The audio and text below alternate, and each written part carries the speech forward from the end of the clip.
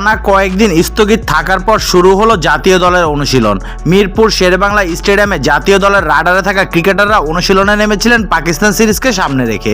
বিগত এক মাসে ছাত্র জনতার আন্দোলন এবং প্রধানমন্ত্রী শেখ হাসিনার পদত্যাগের পর এদিনই প্রথম মিরপুরে সবুজ মাঠে পা রাখলেন ক্রিকেটাররা। টানা ৩৬ দিনের এই আন্দোলনে প্রাণ হারিয়েছে ৩ শতাধিক মানুষ। অনুশীলন পর্বের শুরুতে সেই শহীদদের স্মরণ করলেন ক্রিকেটাররা। শহীদদের আত্মত্যাগে মাগফেরাত কামনা করেছিল মোনাজাত, সেই সঙ্গে ছিল 1 মিনিটের নীরবতা। এরপর নিয়মিত অনুশীলন পর্ব শুরু করেন তারা। এদিকে ক্রিকেটারদের অনুশীলনের মাঝে বিসিবি প্রাঙ্গণে এসেছিলেন সেনাবাহিনীর টহল দল। মঙ্গলবার বিসিবি প্রাঙ্গণে ছিল রাজনৈতিক স্লোগান। ক্রীড়া সংগঠকরা উপস্থিত হয়ে ঘোষণা দিয়েছিলেন পরিবর্তন আনার। ছিলেন জাতীয় দলের সাবেক 2 অধিনায়ক মিনাজুল আবেদিন নান্নু এবং হাবিবুল বাশার সুমনও।